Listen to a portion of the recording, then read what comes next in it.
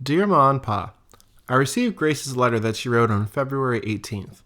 I was overjoyed to hear from home and to find that you were all so well. You have to take good care and not let her slip up again in her writing. To begin, I want to tell you I'm feeling fine and I'm in the best of health as always. I'm glad to hear that you are getting all my souvenirs and mail. Please tell Grace that I'm going to Paris for 7 days and I'm going to try to get her something that I know she'll like. She's such a good sister, Tormy, and I can't find anything good enough to send her. I will look around in Paris and see what I can find over here for her. Believe me, you really have to pay for anything you buy over here. My pass has been sent to headquarters, and I have already signed it, so I guess I'll see if I'll see Great Paris after all. They have let the Army of Occupation have a good chance to get away back to Paris from Germany. I think it's going to be pretty good of them. I don't think that my letter from headquarters will come back until about the 1st of April. That honestly suits me fine because every day the weather is getting better and better. It is about 10 a.m. here, and one would think it was summer if the trees had their leaves on. The airplanes are flying over the top of our field hospital all day. They do kind of tail dives and loop-to-loops. It's very interesting to sit by the open window and watch them. The hangars are about only 15 minutes walk from the hospital. I think I was actually talking about my leave, wasn't I? See, I'm going to Paris after all. Some time ago I put in a good word for myself for a pass to London, but one can't go to London unless he has family there. There is one fellow in the company that is going in a couple of days because he has a sister. We have a couple of Italians in our company, and they're getting passes for Italy. It's the same way for them. I'm lucky in getting a pass to Paris because it's one swift city. It's a city that if I went back home without seeing, I'd be sore at myself. I'll be able to say I've been all over France. I've been in 3 large cities in France: Paris, Lyon, and Marseille. Believe me, they're pretty lively towns too. I was glad to hear back from Alice and George. He wrote me a nice long letter and sent me a picture of himself. He isn't very far from me because he's on the other side of the Rhine. You see, the cities are right on the banks of the Rhine River. I can look from my window and see right across it. As Grace said, it is wonderful scenery in that one drives in Germany. I wish you could all see what I have seen. I never dreamt that there was such a wonderful scenery and things to see in the world. Of course we have wonderful scenery back in America, but I never did any traveling over in the States, so of course I never got to see it. The farthest I have been in the States is New York. I saw some wonderful things on my trip in Camp Devens in Canada. The most wonderful structure I believe I ever saw, without any doubt, are the cathedrals in England and France. They were made by the monks, and I can't begin to tell you what a wonderful piece of structure they are. Of course, when it comes to high buildings, why little old New York has more than any other city in the world. And I would rather be in little old New York than any city over here. It sure will be the greatest sight of all when I get to stand at the Statue of Liberty. Grace is surely right, because there are poor fellows that lost their lives over here. There is part of me that makes me sad when I stop to think about them. I also know that a lot of them said goodbye to the Statue of Liberty forever. It's a shame I read in the papers about Mr. Deneen dying. It was pretty bad. Poor Pat, too. How I did want to see him again and tell him about all of the things that I saw over here. How he would like to hear it from my lips. Everybody has to die sometimes, so we must not feel too blue over death. I suppose I have seen so many dead men that I am beginning to get hard-hearted. Pa would no doubt like me to be a warrior. He's been that kind of fighting blood ever since I remember. There is that kind of blood that won the war. You see, one Yankee could lick a dozen or so of any other race of people. It was too bad that Mrs. Sullivan had to lose a boy in the war, though. He died in our hospital. We had men working in 3 hospitals in Saint Amand, and I did not know he was there, or else I would have gone to see him. How I knew that he died was that a fellow in my camp came to tell me that there was a man from Law, and he died that day. I, on finding out his name, of course, had to know who it was. I wrote home about him dying, although I didn't have any right to. Did you know that he was dead before you ever got any letter?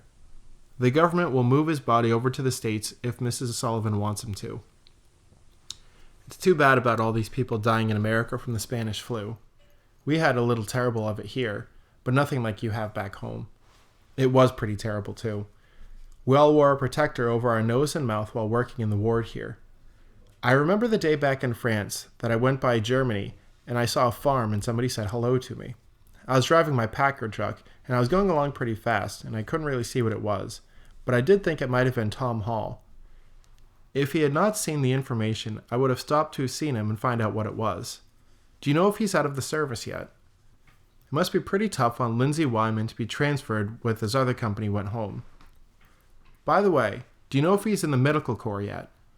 I'm very glad to hear that Mom did like her souvenirs. I'd like to see that tapestry now. That was some frame that Pa bought it. It was no cheap thing by any means. I don't know if you could buy a tapestry like that in the United States.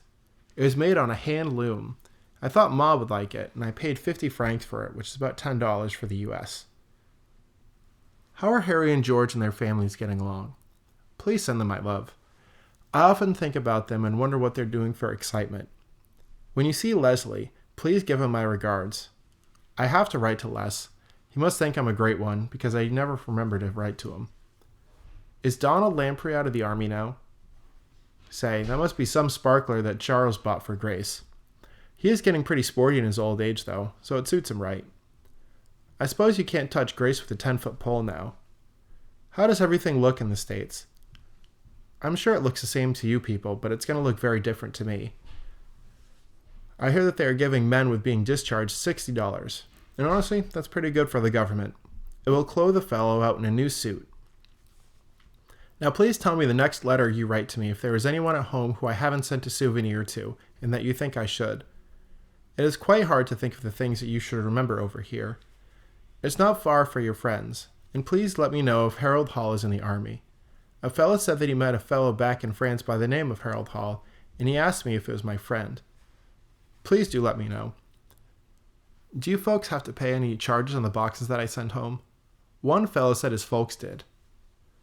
Well, dear ones, this is all I am going to write at this time, but I will close with loving kisses. As always, your son, Frank. Dear Pa, I received the letter you wrote on February 18th, and I was sure glad to hear from you. It's the second letter you've written me, and I guess that's what made me so surprised when I got it. I'm very glad to hear that you're all getting all my mail and souvenirs okay. Say, you don't have to pay any duty on my boxes, do you? 2 or 3 of the fellows in my company said their folks had to pay duties. I haven't read anything in the papers about it, so I'm not sure if it's true.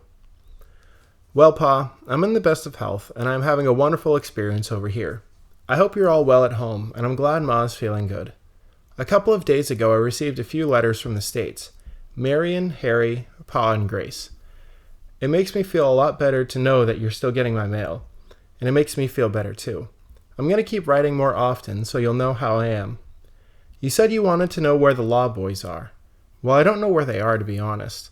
I thought when I came over here that I would meet a lot of fellows I knew, but I haven't seen any of those boys around here. If you let me know what army they're in and which branch of service, why then I could tell you where they're located. I ran into a few boys back in France that I knew. Is George Verrill still over here? What's Lionel Whitman doing now? Do you know what branch he's in? I thought he would surely go home with the 76th Division. I got 4 of the Lawrence papers the other day. I guess they'll come along regularly now, which is nice. Some strike they're having in Lawrence. Yesterday, the 4th Corps was reviewed by General Pershing. Some boy he is. He walked in between every company of soldiers inspecting them. I had the honor of talking to him and looking at him. He stood so near me that I could have touched him. After that inspection, he gave a speech. It was a dandy speech, too. It was, in that my company, the first one to march up in front of his stand, so you could see we had a very good chance to hear what he's saying. He's a model soldier, I'll tell you. He inspected the 3rd Division the day before. You know the 3rd Division's in Andernach, don't you? The whole 3rd Army is going to be inspected. This is all I have time to write for now, but I'll write again soon. With love to you all, Frank. P.S. Did I tell you we were the first American hospital in Germany?